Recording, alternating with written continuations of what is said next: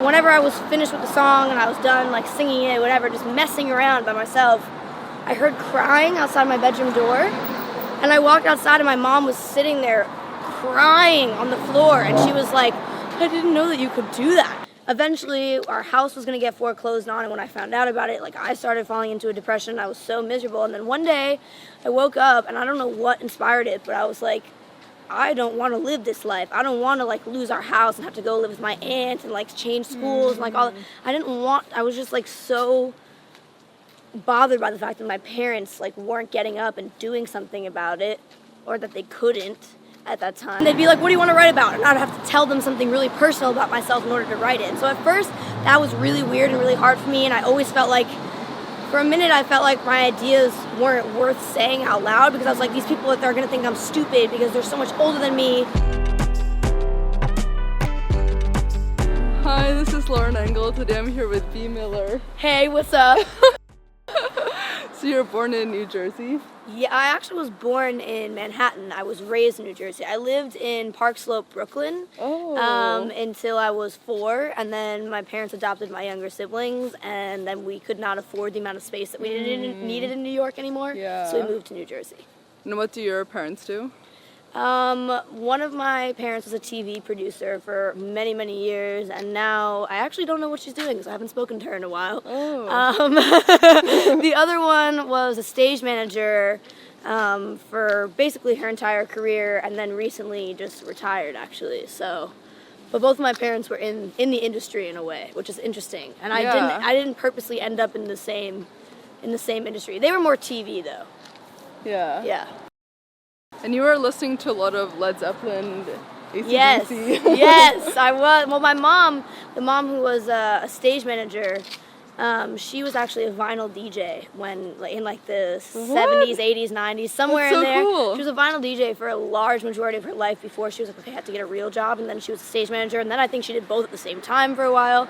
And so my mom had to know all different genres of music at a time when you actually had to own the record in order to play it. Mm-hmm. And so my mom knew all music, because she would have to play very different music at a wedding than she would play at a club, than she would play at a party or whatever else. So my mom raised me just surrounded by every style of music. Like, she would play the Itsy Bitsy Spider, and then she would play AC/DC, and then she would play like Aretha Franklin, you know, like she just constantly was switching it up, and I thank her for that, because I think she's the main reason why I love music so much. Yeah, and it was kind of a liberal area, because it was accepting to have two moms, right? Yes, in my hometown Maplewood, it was very accepted to have kind of a different family.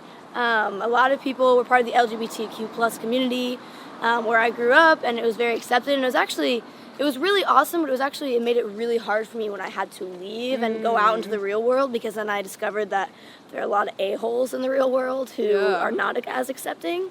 So that was a little bit hard for me. It was a little bit like being thrown into cold water when I realized that not everyone is like the people of my hometown, but I feel like the world is slowly becoming a more accepting place. Mm-hmm. Yeah. Hopefully.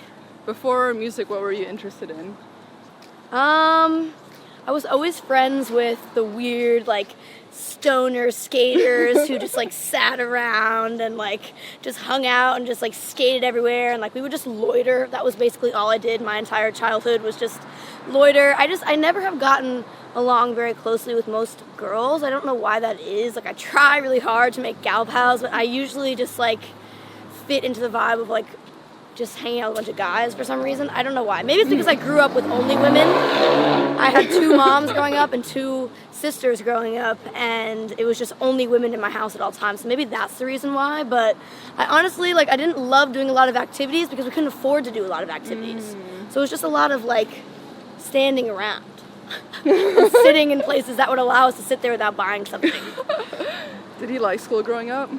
No, I hated school. Yeah. I never, ever liked school. I was good in subjects that I cared about. Like, I could get A's in, like, science classes and some social studies classes, like history classes, things like that, because I actually cared about the subject.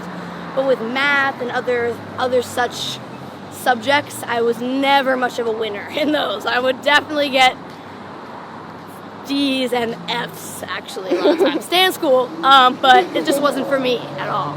So your parents kind of knew that you were going to be in a creative career, Yeah. I guess. I think that they always knew that it would be something.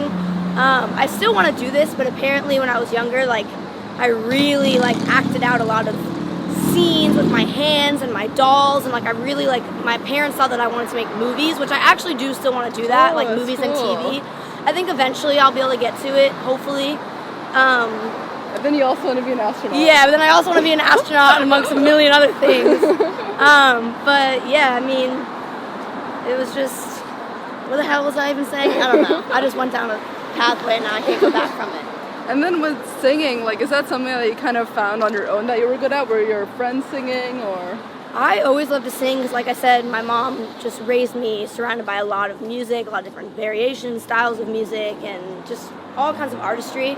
And so I love to sing, and I like to do it, but I actually didn't think that I had a great voice for a lot of my life because I couldn't do, like, crazy runs and hit these high notes like Christina Aguilera can do, and, like, I thought that that's what singing was for a long time, and I didn't realize that if you have, like, a different way of singing, which I think I do because of my raspy voice, then that's also, like, equally as interesting to people. And so I never thought that I could actually make a career out of it. I just knew I liked to do it. And one day I was just up in my room. I think I was singing along to an Adele song.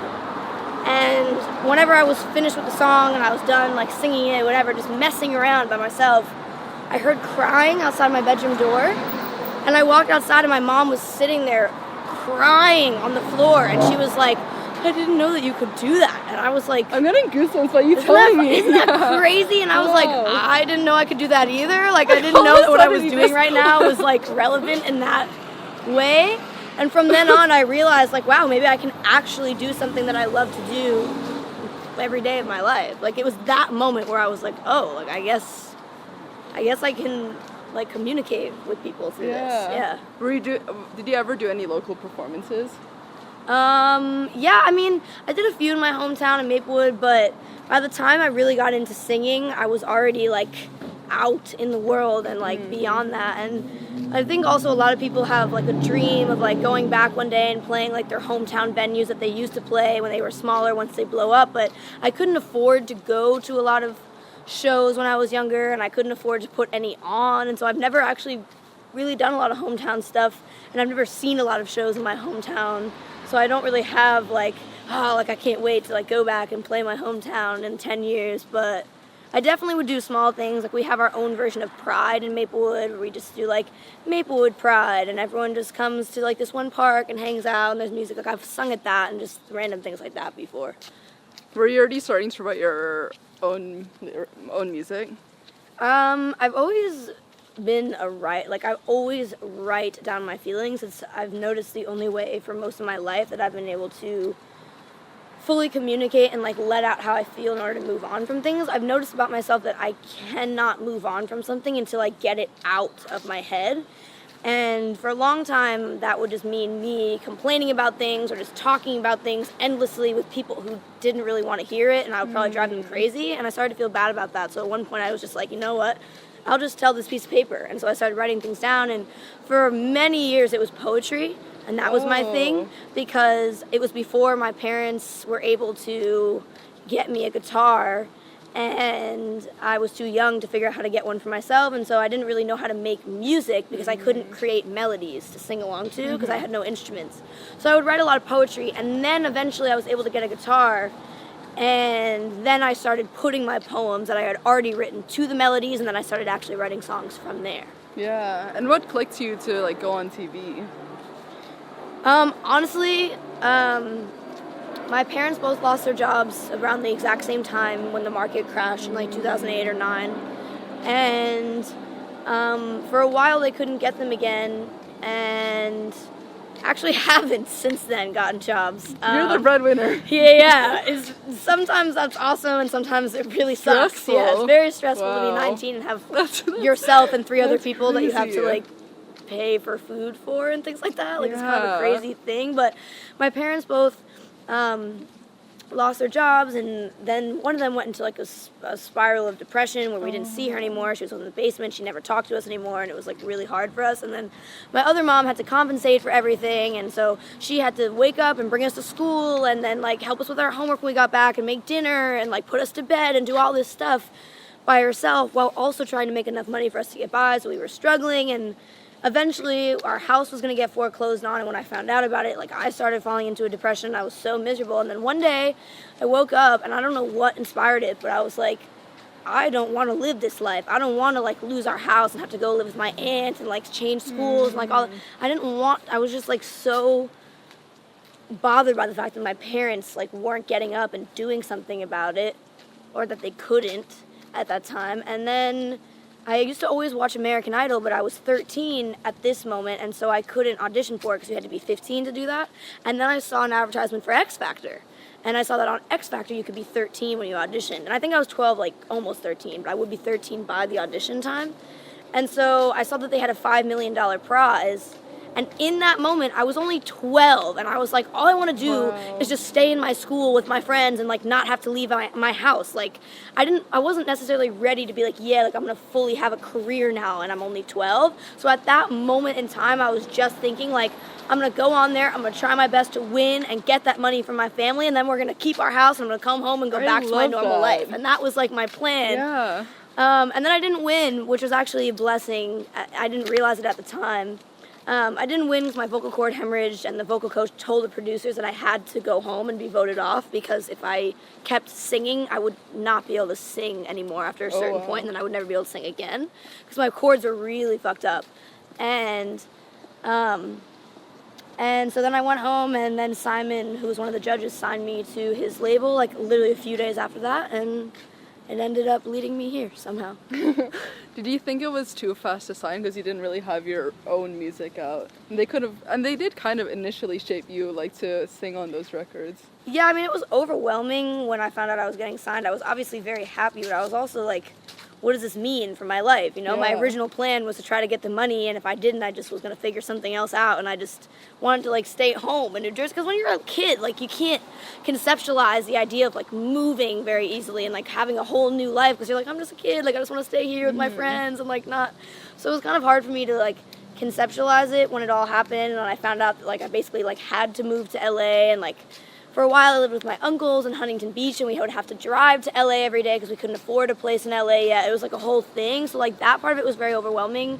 And the fact that it was Simon Cowell's label and I had watched him on my TV my entire life was really overwhelming. But at the same time I was excited because I was like, this is something that people dream about that doesn't happen to most people. And like now I have like an entire label who believes in me and is going to help me put out my music and like share my message with the world. And that's when it really sunk in that, like, wow, like, I get to do this, like, with my life and, like, just talk to people for a living, basically, and, like, communicate with them through music, which is really cool. Did you have any mentors or anyone you could reach out to that point to, like, be like, oh, is this a good record to sign? What should I do with my career? Like, you don't want to, especially because you were so young at that point. Yeah, when I was younger, I was actually much more stubborn. So sometimes people would try to help me, and as they should have, and as was very nice of them, and I would be like, no, like, I want to do this, this, and that. And also at the time, I was very into, like, pop punk, and I wanted to, like, be in a screamo band. I didn't want to be, like, a pop singer. Like, it was a weird time in my life when I was, like, 14, 15, even into 16. But then eventually, like, I started realizing, like, these people are here for a reason. They know a lot about this industry because they've been doing it for X amount of years, and I should listen to them, and I'm not always right about everything. And I think eventually we all figured that out, but I think that when we're, like, 12, 13, 14, like, all of us think we're invincible. And so I just thought I was invincible and that I was always right about everything at first. And eventually I had to learn that other people are right about things a lot, and that I'm wrong a lot, and that I'm also right a lot. And that I'm allowed to, like, stand up for myself if I am, but that I need to recognize when I'm making a mistake or when I'm just talking out of my behind. What did your mom think about the whole thing initially and you getting into the industry so early? I think the hardest thing for my mom, because she's always been really supportive of me, the hardest thing for my mom that I still talk to was the fact that I had to leave New Jersey where she stayed with my siblings so that they could continue going to their school and everything. she stayed there with them, and then I went with my other mom to California. And I think that was the hardest part for her, was like having to watch her 13-year-old daughter move away so young. And I haven't really lived at home with her since then, and now I have my own place. And I think that she knew that like once I left, that like I wasn't going to be living in her house with her every day anymore after that. And I think that was probably the hardest. But she's always been very supportive of my actual career and like what I want to do with my life. I think it's just sometimes hard for her that like it can't always involve her. Have you always had like mild social anxiety? I think you said like in a previous interview. Yeah, I don't know actually. I can't really remember. I do remember though at one point I think it was easier for me to make friends and to talk to people, but sometimes I wonder if that was because I was in school with them and I was forced to be around them every day, so it was easier for me to make friends. But as long as I can remember in like the recent past, like I have always just felt like the odd one out in every social situation ever. Like I have a best friend, her name is Katie, but she lives in New Jersey, and so I don't really get to hang out with her that often anymore. And actually now she's in college at Penn State, so I really don't get to see her that often. And we still talk every day, but I don't have like a best friend besides Katie to the point where like we literally do everything together and like we know each other really well and like are physically together a lot. And so like whenever I go out and do things with people, I don't have like my one person with me who makes me feel secure enough to like talk to everyone else, and like I just can't do it alone. I don't know why that is, and like I've always just felt like I'm the one person in the room who's like not specifically important to everybody else, and everyone else always seems like they have someone that they're specifically important to in the room who like wants them there. And like I do think a lot of that is in my head, but anytime I'm talking to a stranger, like having a conversation with someone I've never spoken to before, like small talk is just really hard for me. Having to be like, nice to meet you, what's up, like what do I say now? Like I don't know what comes after that. Like small talk and trying to keep up with it and actually be interested in it is very hard for me, because the entire time in my head I'm like, what do I say when they're done talking? Like what question do I ask them? How do I keep the conversation going? They're gonna know that I'm awkward. They're gonna think that I'm being weird and like I can't hold the conversation. Like I get very, and then it creates an even bigger problem in the moment, and it's just like a lot. So most of the time I just stay in my house and I don't go and hang out with people. And then the first few songs, they just gave it to you to sing, right? And it was difficult because your fans were like relating to it, but you didn't write it. Yeah, my first album, I was only 14 and 15 when I was recording it, and I wrote on I think 2 or 3 of the songs maybe. But I didn't really get to fully be like, okay, these are my songs. It was kind of like, here are songs that we think are good, sing them because they'll work. And at the time, like I was saying, I was very stubborn at that age, and I was very like, screw this, like I don't want to sing these songs, and I probably drove everybody crazy. But they were like, B, listen, you are 15 years old, you just became a part of the music industry, you don't know what you're talking about, because I didn't, and we know what we're talking about. Sing these songs for your first album, and on your second album, you can do whatever you want. And I was like, yeah, like, okay, like, whatever, I'm sure. And on my second album, they actually did let me do what I want, and I got to write all the songs. So it all worked out for the best in the end, but in the beginning, when that was the only album I had, I was just very frustrated. I was like, these are my people, like, these are my fans, and like, I would never sing a song I don't relate to. Like, all the songs on my first album are things where when I heard the lyrics, I was like, yes, this sounds like something that I've thought before, that I potentially would have wrote this song, but I didn't.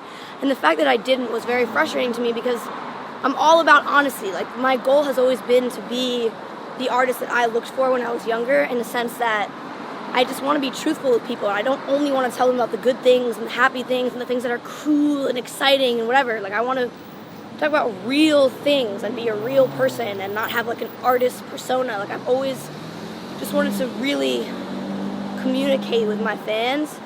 And so that was why it was hard for me, because I was like, I feel like I'm lying to them because I didn't write these songs. And so that was a little bit hard for me. But a lot of my fans really loved those songs, and those songs are still meaningful to them regardless. And they're meaningful to me. It's just, it was frustrating at the time that I couldn't write them. But it's okay. It all worked out. Were you ever nervous going into the studio and writing with a lot of people who are older than you? Like, and also like sharing your personal thoughts, it's difficult back then. Yeah, it was weird in the beginning of the writing process. When we first started working on my second album, and everyone was like, okay, B, now you have the freedom you were asking for, like, go out and write songs.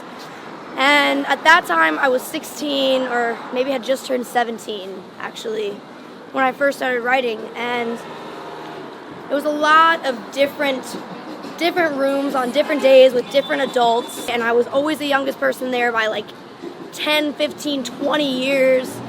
And I would have to walk into these rooms full of adult men, strangers, and they'd be like, what do you want to write about? And I'd have to tell them something really personal about myself in order to write it. And so at first, that was really weird and really hard for me, and I always felt like, for a minute, I felt like my ideas weren't worth saying out loud, because I was like, these people, they're going to think I'm stupid because they're so much older than me, and they've been doing this for so much longer. So when I start talking to them about my ideas, they're going to think it's dumb, which is not how it works. That's just my own insecurities that were telling me that. But then eventually I got more comfortable in the studio. I started to narrow down the people that I worked with, because I started to find people that I really connected with and really liked. And so there was a lot less of like having to tell a stranger my whole life story, and a lot more of like me becoming friends with producers and feeling really comfortable talking to them and like really enjoying our time together writing and creating music together. But at first I definitely was insecure. And then eventually I realized like everyone has bad ideas. The greatest writers in the world have had bad ideas.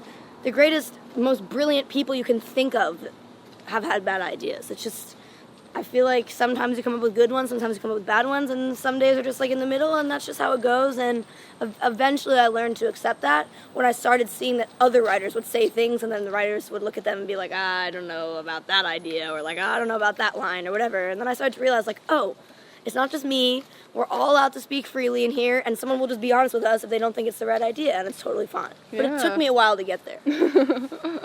What inspiration did you have for the chapters? Was it another artist doing something similar, or? Actually, no. I don't. Sometimes I really think about that. I'm like, how did I come up with that concept? Like, I really don't know. Things just kind of fall into place and start feeling right, and then you just work with it, I think. But originally, we were getting close to figuring out the release date. We had a lot of songs in our corner. We were like, okay, like we have enough now to where like maybe we need a few more that we need to write.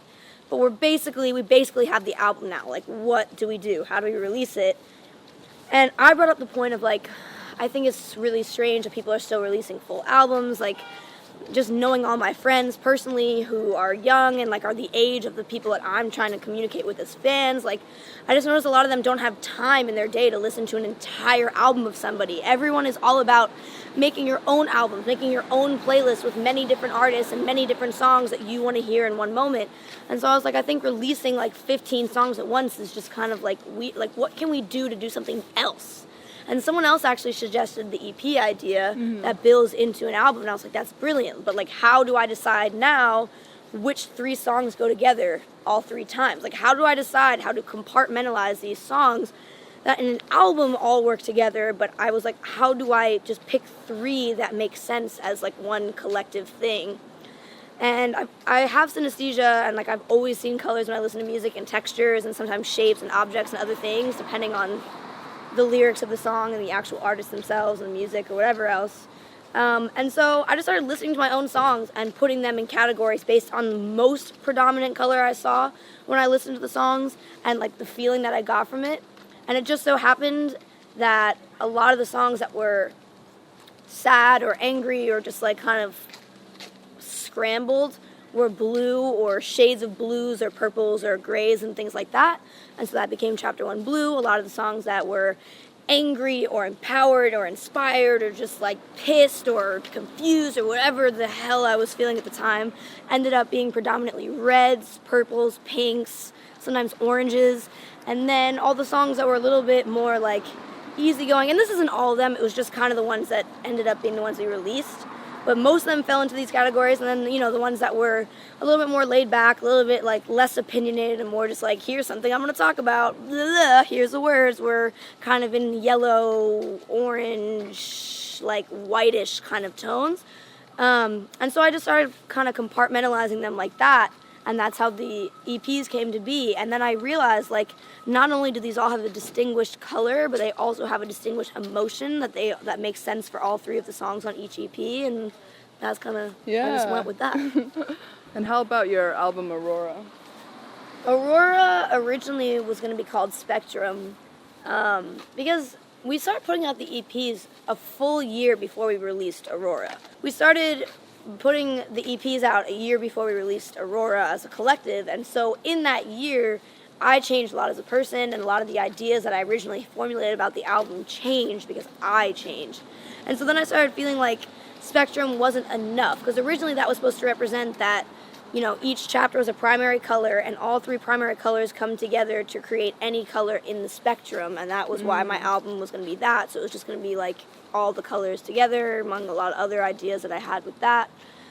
But then I realized that it was more than that to me. It started to become like my first real opportunity to fully express my own opinions with the entire world, or anybody who I could get to listen. And so I wanted it to be deeper than that, and so I actually changed the title like a few weeks before we put it out. Oh, wow. And I was like scrambling on Google. I spent like 2 hours straight on Google trying to find a word that captured what I was feeling. And eventually I got to Aurora. The first definition of Aurora obviously has to do with the Aurora Borealis, which I thought was cool because I was like, cool, like it has to do with colors, and like all my EPs have to do with colors, and they're very color predominant. But then the second meaning was dawn, and I was like, okay, what's that about? So then I started reading further into it, and apparently there's a story of the goddess Aurora, and every morning she would sit in her chariot and fill it with flowers, which I thought was very relevant because each of my EPs is correspondent with a different flower. And she would fly across the sky, throwing flowers from her chariot and pulling the sun behind her. So basically, she was considered the bringer of a new day or a new beginning. And to me, because this is my second album, it isn't the beginning, but for me it's a new beginning, and it feels like the beginning because this is the first body of work that I put out that I wrote all by myself. So I was able to find a title that incorporated the colors in my EPs and also a meaning for me that kind of created itself out of the experience that I had making the album. What were the personal thoughts going on in your head while you were writing the song with Noted?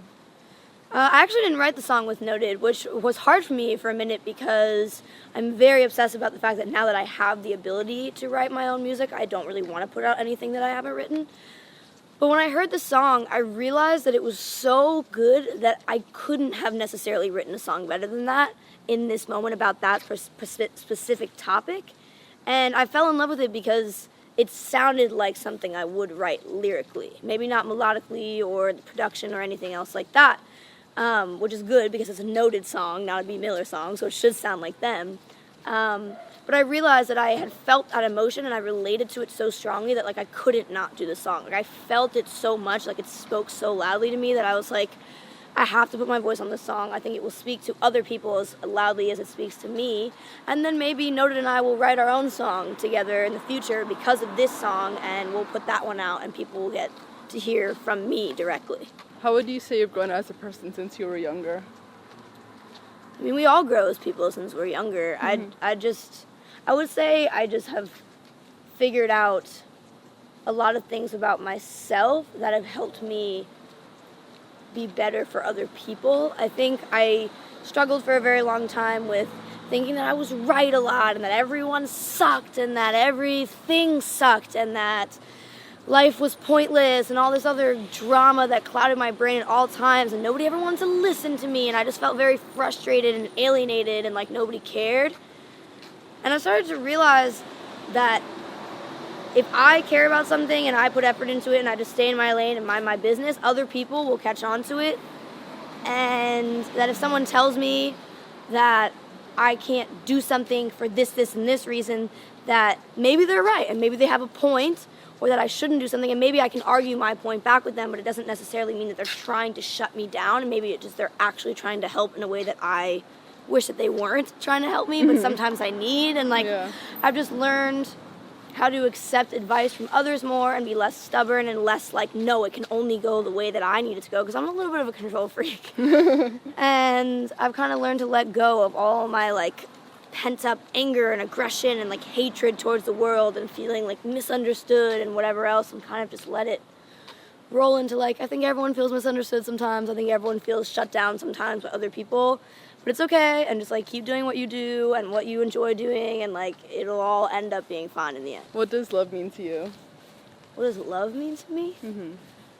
Love means everything. I think I think it's the most important thing, actually. I can't put anything else above love and compassion and understanding another person. I think what love really is finding that, is finding understanding in somebody else who, like, you feel like you've actually found one person in an entire world of 7 billion who fully gets you. And maybe it's not just one person, there are a lot of different forms of love and a lot of different people that you can love at once. But I think really ultimately love is just being there for somebody in the way that they receive it.